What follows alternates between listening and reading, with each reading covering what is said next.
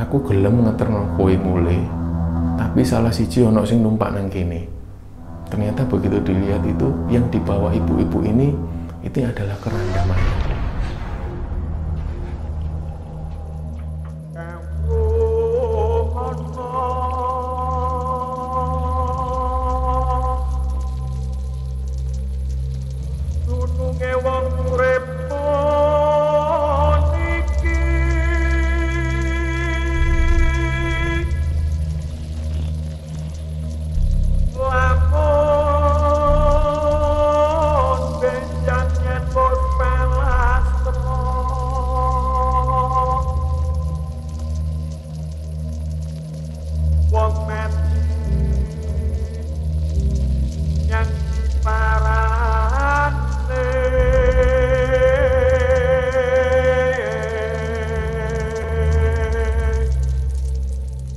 Assalamualaikum warahmatullahi wabarakatuh, sahabat Kembara Sunyi dimanapun kalian berada.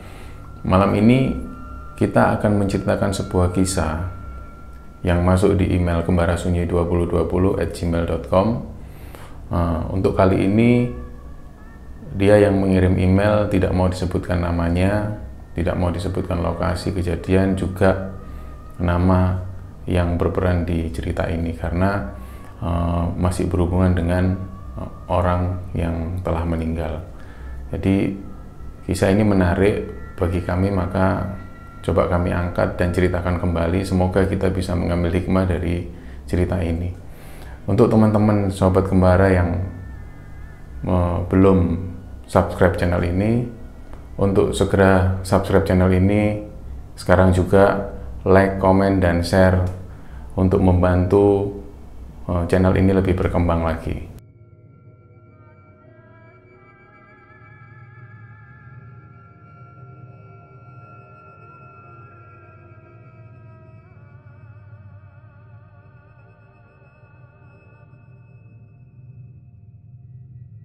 Cerita ini bercerita tentang seorang yang namanya Nana. Kita sebut Nana karena awalnya memang dia tidak mau disebutin namanya. Lokasi kejadian di mana dia juga tidak mau menyebutkan. Yang berhubungan dengan ini dia juga nggak mau menyebutkan untuk menjaga privasi yang temannya yang sudah meninggal ini. Nah, kisah ini berawal dari ketika Nana masih kecil. Jadi waktu itu dia merasa kalau dia ini punya teman gaib gitu loh. Dia punya teman gaib yang bisa dikatakan ini jin. Karena dia punya teman gaib ini perempuan, 2 dan kembar semua. Jadi kembar. Jadi dia ini, cewek ini yang teman gaibnya itu rambutnya poni segini, panjang sampai ke pinggang gitu. Ini selalu datang di mimpinya Nana ini gitu.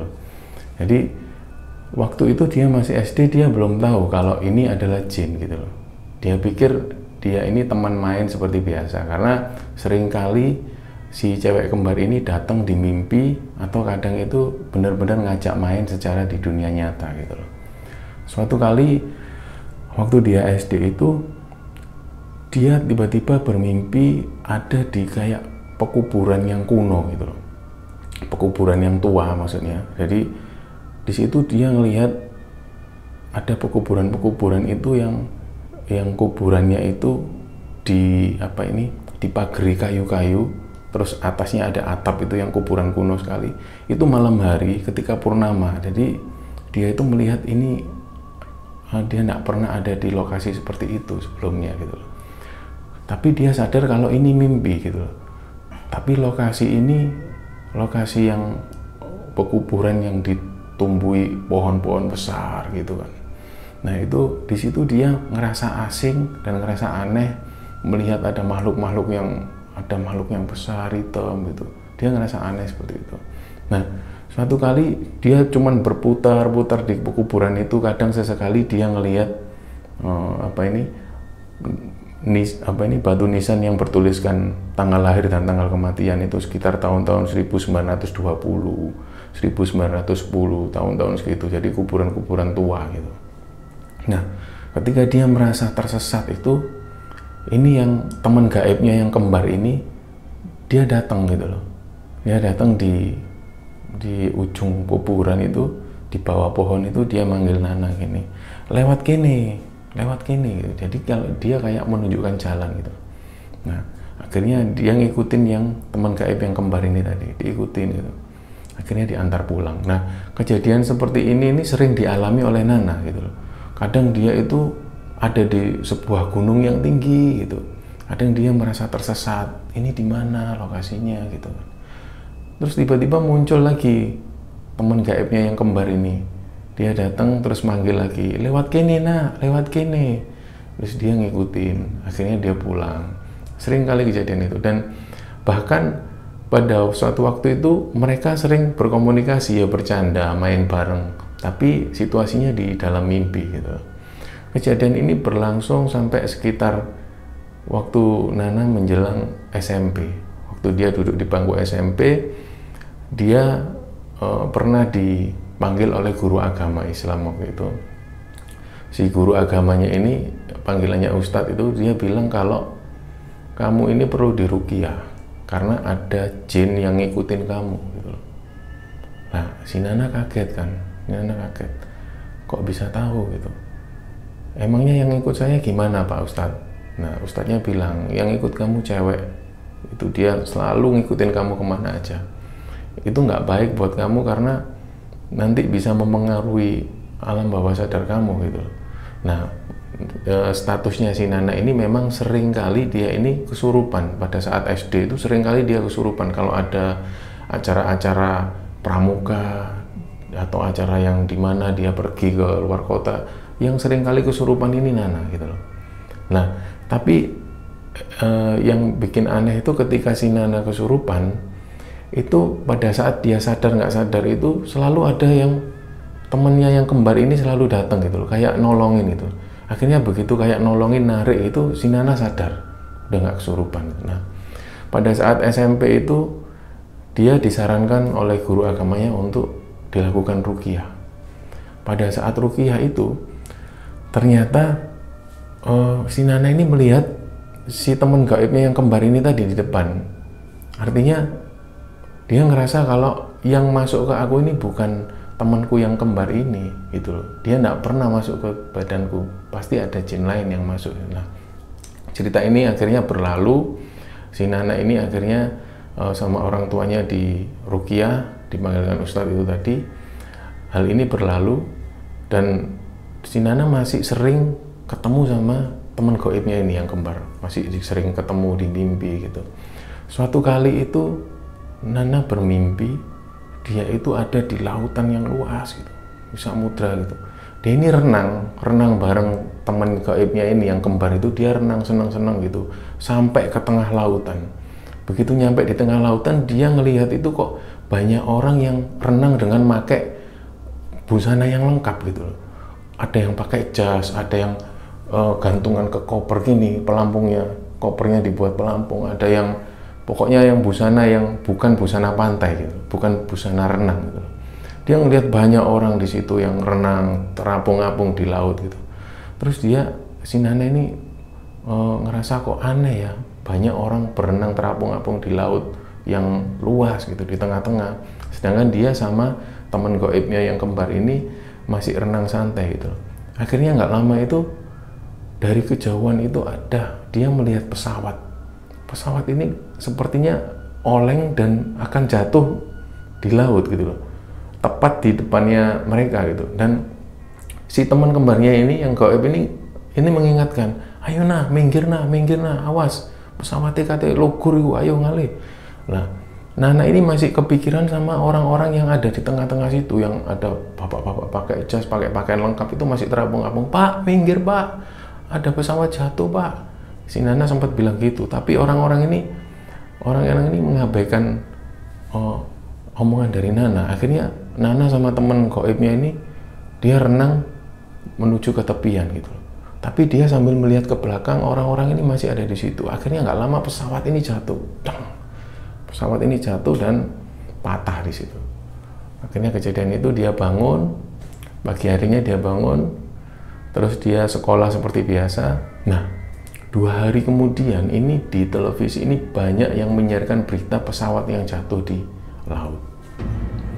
entah ini ada hubungannya atau enggak, tapi Nana ini sering mengalami kejadian seperti itu gitu loh. Tapi dia tidak pernah cerita sama siapapun. Nah, suatu hari lagi dia juga pernah bermimpi, masih di lingkungan desanya itu. Dia mimpi waktu itu dia tiba-tiba malam hari dia duduk-duduk di depan rumahnya di desa itu. Dia duduk-duduk di malam hari itu, keadaan desanya itu sepi gitu, sepi. Dia cuma duduk sendiri. Nggak lama ini anak kembar ini datang, si teman gaibnya ini datang menghampiri Nana. Nah, kowe lapo kok ijen? Iya, aku kan koncone. Ayo dolan yuk, ayo. Padahal itu sudah malam banget, udah malam. Di mimpinya itu malam. Jadi mereka bertiga akhirnya main di sekitar desa situ. Ada lapangan kecil gitu di bawah pohon beringin. Dia main di situ. Nggak lama, ketika mereka asik-asik main itu, si Nana ini melihat ada rombongan orang-orang kayak kerajaan, dari kerajaan itu. Ada 5 orang. Yang depan ini memakai busana yang lengkap dengan di bagian lengan ini ada kayak gelang-gelang emas gitu kan. Di bagian sini dengan pakai kalung-kalung emas ini. Yang orang di depan itu dia seperti memukul kenong. Jadi kenong ini salah satu instrumen gamelan yang satuan itu, yang tung tung gitu. Jadi ada rombongan orang-orang ini ngelewat di desanya Nana. Dan 4 orang di belakangnya ini memikul tandu yang kayak kursi singgasana itu di depan. Tapi kursi ini kosong gitu loh. Jadi ada 4 orang yang pengawal kerajaan ini mereka nandu kursi yang kosong, singgasana kosong gitu. Ketika dia jalan, akhirnya si Nana kan penasaran. Akhirnya menghampiri rombongan orang-orang tadi ini sama teman gaib yang kembar ini. Dia datangi, "Pak, jenengan ngajeng ngiten pundi?" Terus orang-orang yang rombongan ini tadi cuma diem. Dia sambil mukul tung tung sambil lewat masuk desa gitu.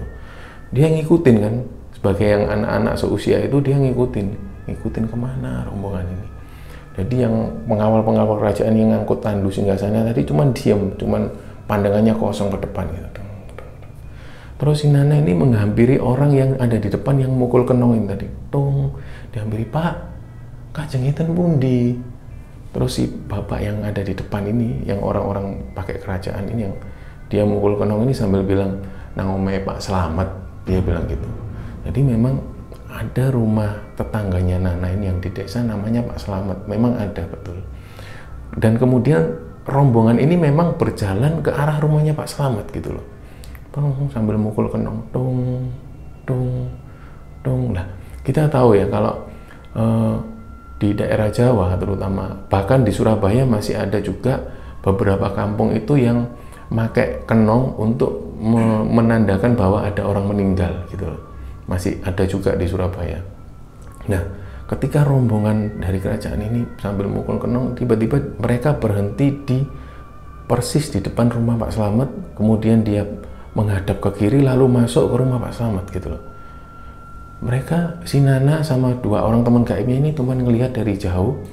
Nggak sampai 2 menit, rombongan kerajaan ini keluar lagi dengan Pak Slamet yang duduk di atas singgasana. Jadi Pak Slamet itu pakai kaos putih polos sama celana pendek polos. Jadi wajahnya Pak Slamet itu sambil kayak orang linglung yang dia cuma pandangan kosong ke depan gitu loh. Sambil jalan diangkat sama tandu yang singgasana sama orang-orang kerajaan itu. Keluar gitu. Yang di depan mukul tung tung, keluar sampai keluar dari desa, tiba-tiba menghilang. Nah, nggak lama setelah itu Nana tiba-tiba bangun dari tidurnya.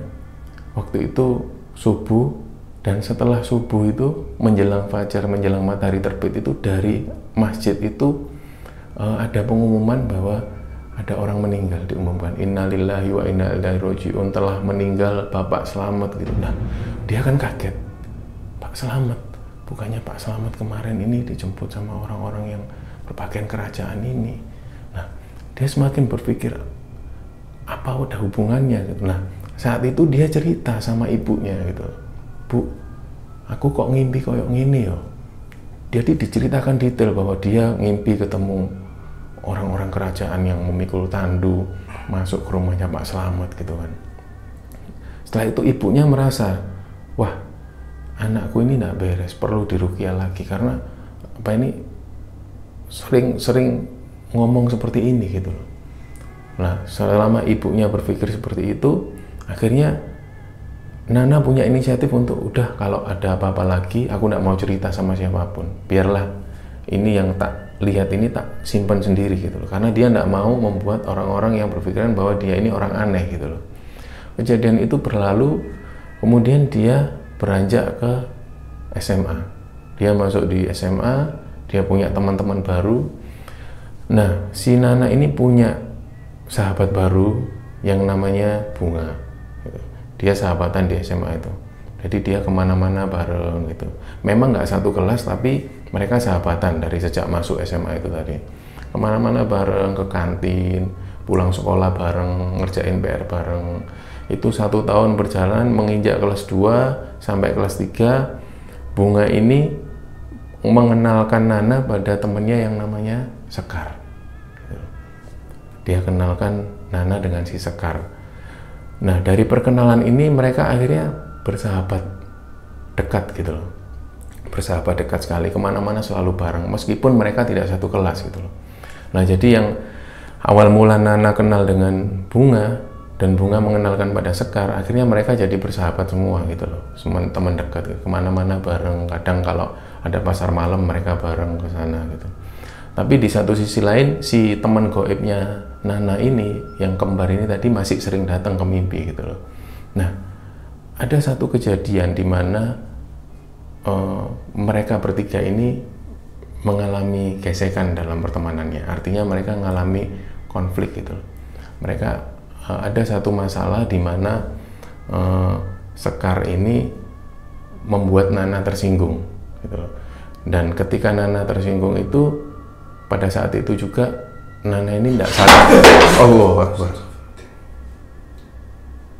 Assalamualaikum.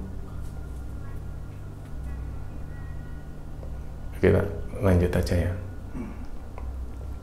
Jadi Nana, gini loh, tak ulangi lagi ya. Nana ini berteman dengan Bunga, dan Bunga mengenalkan Nana pada Sekar. Ya, akhirnya mereka ada konflik lah. Pokoknya singkat cerita, mereka ada konflik. Terus apa ini yang membuat mereka ini renggang hubungannya, renggang. Jadi meskipun mereka satu sekolah, akhirnya mereka nggak saling sapa. Mereka nggak saling sapa. Terus si Nana ini hampir 1 bulan berjalan, dia ketemu aja nggak sapa gitu. 2 bulan berjalan sampai 4 bulan, menjelang 5 bulan itu mereka nggak saling sapa. Nah, suatu kali si Nana ini dalam mimpinya dia itu nongkrong bareng. Jadi ada Nana, ada Bunga, ada Sekar, termasuk ada teman goibnya yang kembar ini 2 ada di situ. Mereka duduk-duduk di kayak sebuah taman gitu, yang tamannya itu yang hijau gitu kan. Ya mereka ngerobrol, bercanda-canda gitu. Nah, Nana ini kan tahu bahwa dia sudah nggak saling bicara sama si Sekar sudah hampir 5 bulan. Tapi di mimpi itu mereka itu akrab kembali gitu. Mereka bercanda-canda, guyon-guyon gitu kan. Sampai satu ketika ini di mimpinya ini dia malam hari, udah waktu malam, akhirnya si teman goibnya yang kembar ini ngajak pulang. Ayo pulang yuk, udah malam gitu. Ayo lah, mereka pulang bareng-bareng, jalan kaki gitu, jalan kaki. Nah, situasinya itu memang seperti suasana di desanya. Cuman yang membedakan, biasanya di daerah situ itu sepi, tapi kala itu suasananya rame. Ada orang lalu lalang jalan, tapi orang-orangnya ini orang yang saling nggak memandang dan bingung gitu loh. Kayak bingung sesuatu gitu, cepet jalannya gitu, bingung gitu. Nah, teman-teman ini yang 5 orang yang ada di sini, yang ada di mimpinya itu juga bingung. Tiba-tiba mereka sampai di satu hutan yang pohonnya tinggi-tinggi gitu. Ini sudah malam hari kan. Nah, nggak biasanya teman goibnya Nana yang kembar ini, nggak biasanya dia bingung, mereka bingung. Tapi pada kali itu mereka bingung. Mereka juga bingung. Padahal biasanya teman gaibnya ini selalu nunjukkan jalan pulang. Tapi kali itu teman gaibnya yang kembar ini bingung jalan pulang gitu. Akhirnya mereka duduk-duduk di kayak sebuah gardu gitu. Ini dikelilingi hutan yang lebat gitu dan gelap. Kemudian itu kabut mulai turun. Kabut ini mulai tebal yang menyelimuti hutan ini. Kabut tebal gitu. Nah, Nana ini kan juga selain capek juga terus bingung harus ngapain gitu. Tiba-tiba dari kejauhan dari dalam kabut itu dengar suara yang orang nyeret sesuatu gitu. Krek, krek. Semakin kelihatan ada satu perempuan dengan baju busana Jawa yang cantik banget gitu, kayak penari-penari Jawa itu. Dia keluar sambil nyeret sesuatu gitu. Ada tali tampar besar itu diseret gitu. Srek, srek. Mendekati mereka. Kemudian salah satu teman gaibnya yang kembar ini, salah satunya ngambiri ibu-ibu ini tadi. Ngambiri ibu-ibu tadi. Bu, kula niki kesasar. Nah, terus ibu-ibu yang bawa kayak barang ini tadi, dia noleh ke arah orang-orang ini tadi yang Nana, Bunga, Sekar, dan lain-lain. Kowe lapo ning kene kabeh, dia bilang gitu. Kowe nek begitu mlebu ning kene kesasar ra iso balik. Ibu-ibu bilang gitu. Nah, kan takut semua. Tapi salah satu temannya Nana yang teman gaib ini tadi, dia nyoba untuk ngerayu ibu-ibu ini yang cantik itu. Bu, boleh nggak kami diantar pulang gitu? Sik, aku gelem ngeterno kowe mulai, tapi salah siji ono sing numpak nang kene. Ternyata begitu dilihat itu, yang dibawa ibu-ibu ini itu adalah keranda mayat. Jadi keranda yang biasa bawa untuk orang-orang mati itu. Nah, ibu ini menyaratkan seperti itu. Aku mau mengantarkan kalian pulang, tapi salah satu harus ada yang naik di sini. Yang lain bantu nandu gitu.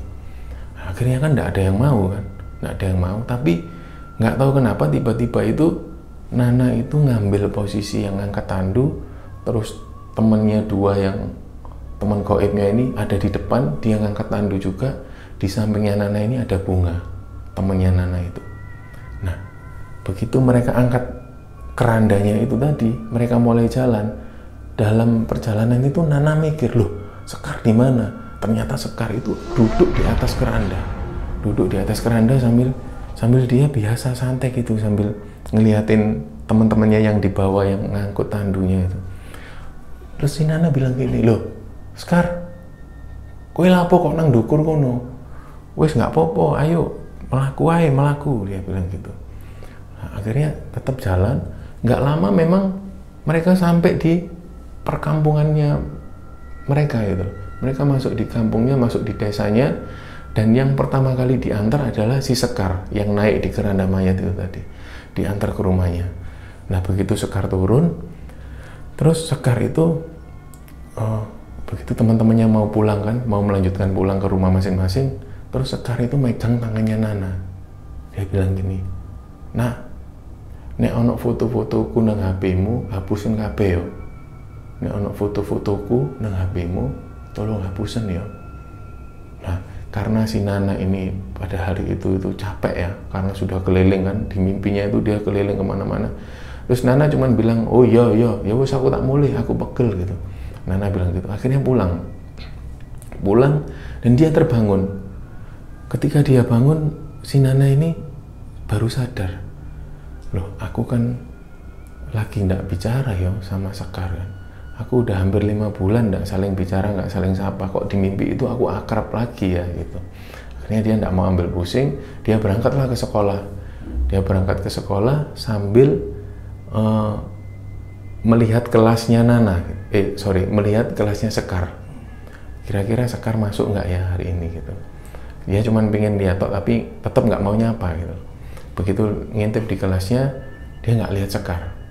Akhirnya Nana ke kelasnya, dia ngikutin pelajaran seperti biasa. Pada jam istirahat, Nana ke kantin, makan seperti biasa. Dan di depannya Nana itu ada teman-temannya Sekar. Teman-teman satu kelasnya Sekar itu lagi makan bakso itu sambil ngobrolin Sekar, gitu loh. Mereka itu sambil ngobrolin Sekar. Jadi gini, dialognya mereka itu, Sekar iku piye keadaane? Koma ning ndi? Opo sih? Bu, jari ini kecelakaan gitu lah. Nana yang pada waktu itu makan sambil dengerin teman-temannya Sekar ngobrol seperti itu kan kaget. Loh, Sekar kecelakaan, koma. Ya Allah gitu. Tapi dalam hatinya masih berkecamuk gitu loh. Masih dirundung rasa gengsi, menuruti egonya yang enggak lah, wis aku nggak mungkin ke rumah sakit gitu. Padahal dia tahu dari teman-temannya gitu. Akhirnya setelah makan, dia ngambirin teman-temannya Sekar ini tadi. Kalian yang bener, Sekar kecelakaan. Loh iya, kamu nggak tahu, kamu kan sahabatnya, kata-kata teman-temannya Sekar gitu. Kamu kan sahabatnya. Dia tadi berangkat ke sekolah itu kecelakaan di jalan. Sekarang koma posisinya, nggak sadar gitu. Teman-temannya Sekar bilang seperti itu. Akhirnya Nana semakin kepikiran, nggak bisa melanjutkan pelajaran kan. Jadi dia nggak konsen gitu. Terus tiba-tiba itu selama pelajaran berlangsung itu, si Nana ini kayak denger suara gitu. Tolong, tolong nah, tolong gitu. Tapi dia coba mengabaikan itu.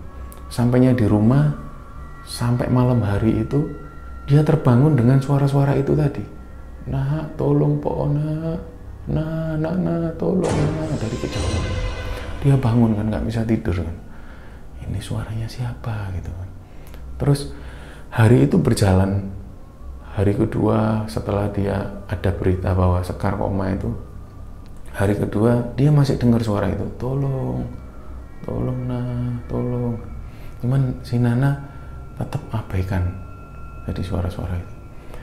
Pada hari ketiga dia dapat kabar bahwa Sekar meninggal. Disitulah letak dia, nyesel sekali, sedih dan lain-lain. Kemudian dia lari ke rumah Sekar. Begitu jenazah Sekar datang, dia nangis sejadi-jadinya, nangis. Dia menyesal karena kenapa sebelum si Sekar meninggal aku nggak minta maaf lebih dahulu. Kenapa kok Sekar meninggal dalam keadaan kami masih bertengkar gitu loh, masih belum bermaafan, masih belum tegur sapa gitu. Dia nyesel sekali. Nah, saat itulah si Nana menceritakan hal ini ke email Kembara Sunyi sambil dia bilang, intinya dia mau bilang bahwa dia mau ketika tayangan ini ditayangkan di YouTube, semua orang-orang yang nonton di YouTube mendoakan Sekar supaya ini sebagai penebusan dosanya Nana. Dia ngerasa kalau dia bersalah banget sama Sekar. Dia minta untuk teman-teman yang nonton YouTube ini untuk segera mendoakan. Ini amanah dari Nana. Makanya yuk kita berhenti sejenak sebelum melanjutkan cerita ini, kita berdoa untuk Sekar. Ya, berdoa untuk Sekar mulai Al-Fatihah.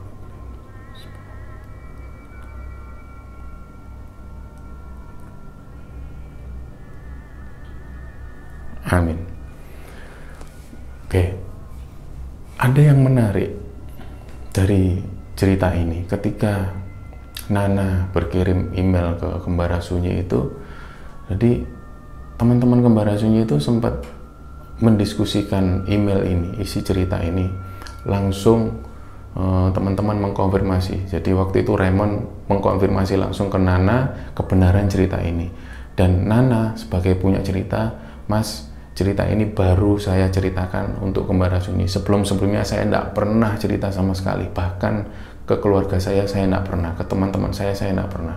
Baru kali ini saya menceritakan ke Kembara Sunyi karena saya sudah lulus dari SMA. Saya tidak berani cerita ketika waktu masih sekolah di SMA karena saya benar-benar takut kalau tiba-tiba itu Sekar datang gitu kan. Dia tidak berani. Makanya cerita ini menarik. Nah, pada malam itu ketika aku, Raymond sama Idris ngomongin cerita ini, kita ada di satu kafe gitu kan. Kita ngobrolin cerita ini, kita riset lagi, kita diskusikan cerita-ceritanya, kita ngobrol-ngobrol kan sampai jam setengah 12 malam. Jadi cerita ini kita sampai jam 12 malam. Kita kan tahu ceritanya bahwa si Nana minta tolong untuk didoakan temannya Sekar ini. Akhirnya pada kali itu aku inisiatif kan ke Raymond sama Idris, oke yuk kita berdoa dulu, yuk kita doakan Sekar supaya tenang di sana. Kita berdoa waktu itu, bismillah, kita berdoa.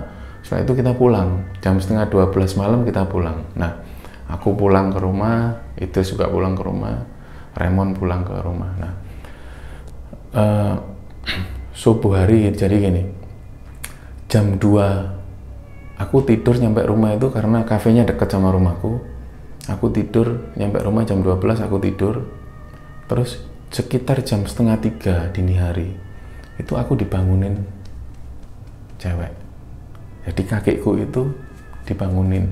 Biasanya memang jam-jam segitu istriku itu bangunin untuk sholat malam gitu loh. Nah, aku bangun, aku ada yang nyolek aku. Tiba-tiba aku bangun langsung menuju ke tempat wudhu. Aku wudhu, ambil wudhu. Dan ketika wudhu, aku baru teringat kalau istriku itu nggak ada di rumah. Istriku memang dari kemarin ada di rumah ibunya karena adiknya itu baru akikoh anaknya gitu. Jadi adik kandungnya ini lagi ada acara akikoh 2 hari itu. Jadi istriku memang ada di rumah mertuaku, rumahnya ibunya. Ketika aku wudhu, loh, terus siapa yang bangunin aku tadi? Dari situ aku langsung tak selesaikan wudhuku, aku keluar dari toilet, terus aku lihat di kamar itu memang posisinya memang nggak ada orang. Terus kemudian aku keluar ke kamar, aku keluar dari kamar, aku lihat di ruang tamu itu ada di ruang tamu kan ada kayak kaca gitu menghadap keluar gitu. Di luar itu ada cewek yang dia enggak penampilan buruk, enggak, cuman cewek dia diem di depan gitu. Aku pikir masa ini Sekar gitu. Nah, inisiatif pada waktu jam setengah 3 dini hari itu aku mau sholat malam itu aku mendoakan lagi. Tak doakan lagi, bismillahirrahmanirrahim. Terus aku bilang, dah, assalamualaikum. Aku bilang gitu aja, udah tak tinggal sholat gitu. Oke, subuh hari ketika setelah sholat subuh itu aku cek HP. Ada HP yang chat masuk dari Raymond, ada juga dari Idris gitu loh, karena baru tak aktifkan HP ku, masuk dari Raymond dan dari Idris. Yang dari Raymond tak baca seperti ini. Malam itu ketika Raymond pulang, Raymond itu tinggal di apartemen di lantai 35 gitu kan. Waktu itu dia pulang, Raymond pulang, waktu dia masuk lift, itu lift terbuka, itu ada cewek satu gitu. Dan Raymond masuk seperti biasa, dikiranya itu penghuni apartemen karena dia nggak hafal juga penghuni situ siapa aja kan. Menuju ke lantai 35. Selama perjalanan menuju lantai 35 ini bau melati yang sangat nyengat sekali. Jadi Raymond ngechat aku seperti itu. Dia bau melati yang sangat pekat sekali gitu. Awalnya dia nggak curiga, tapi ketika ada di lantai 15, lift ini berhenti, cewek ini keluar. Yang bikin aneh ketika cewek ini keluar dari lift, menghadap ke Raymond sambil senyum. Akhirnya Raymond, lift ketutup. Perjalanan menuju ke lantai 35, Raymond itu mikir, itu tadi siapa ya? Kok senyum ke aku? Nggak kenal gitu. Nah, tiba-tiba bau melati ini kembali lagi di dalam lift itu. Bau melati lagi. Ini belum sampai lantai 35. Lantai 20, 21 itu bau lift. Dan di antara sudut mata itu dia melihat cewek ini lagi ada di situ. Begitu dia noleh nggak ada. Akhirnya Raymond punya inisiatif, jangan-jangan ini Sekar. Akhirnya dia coba berdoa, didoakan lagi Sekar, dikirimkan Al-Fatihah, terus dia mengucapkan salam Raymond itu. Udah ya, assalamualaikum gitu. Begitu buka lantai 35, Raymond keluar dari lift menuju kamarnya. Cewek ini ada di pojok lorong itu berdiri, diem gitu aja. Tapi Raymond coba mengabaikan gitu. Disalami lagi sama si Raymond, assalamualaikum, bilang gitu. Habis itu Raymond jalan lagi menuju kamarnya, coba noleh lagi ke belakang, dia udah nggak ada. Nah, itu kejadian yang dialami Raymond. Ketika aku membuka chatnya Idris mengalami kejadian yang sama juga. Jadi begitu saat dia pulang dari kafe menuju ke rumahnya, di tengah perjalanan setelah ngisi bensin itu, dia itu ngerasa kayak di belakang ini ada cewek gitu loh. Dilihat dari spion, cewek. Langsung dia itu minggir. Dia minggir, turun dari motor kan. Turun dari motor, ngelihat sekelilingnya ini sepi gitu. Tapi pada saat perjalanan tadi itu dia ngelihat dari spion ada cewek gitu loh. Akhirnya nggak tahu kenapa Idris itu juga berinisiatif ngirim doa lagi ke Sekar itu. Dia ngirim doa. Terus tiba-tiba Idris bilang, Assalamualaikum. Nah, dia bilang seperti itu. Setelah itu Idris perjalanan pulang lagi. Nah, yang menarik seperti itu karena entah kenapa kayak tadi tiba-tiba kejadian lukisan jatuh ya, tanpa di luar rencana kita ya. Wallahi demi Allah tidak ada settingan di sini. Kami juga kaget. Aku sendiri sempat juga blank waktu mau menceritakan ini, blank, tiba-tiba yang mau tak ceritakan blank ketika ada lukisan jatuh ini. Jadi kita tadi semua sudah berhenti sejenak untuk mendoakan almarhumah Sekar. Nah, ketika teman-teman yang nonton video ini juga mengalami hal sama dengan yang kami rasakan, misalnya ada cewek yang datang atau waktu di mimpi nanti ketemu cewek, insya Allah itu Sekar, dan bilang aja, ucapkan salam atau kirimkan doa lagi untuk dia dan ucapkan salam bahwa mungkin dia mau ngucapin terima kasih ke kalian gitu loh. Assalamualaikum Sekar.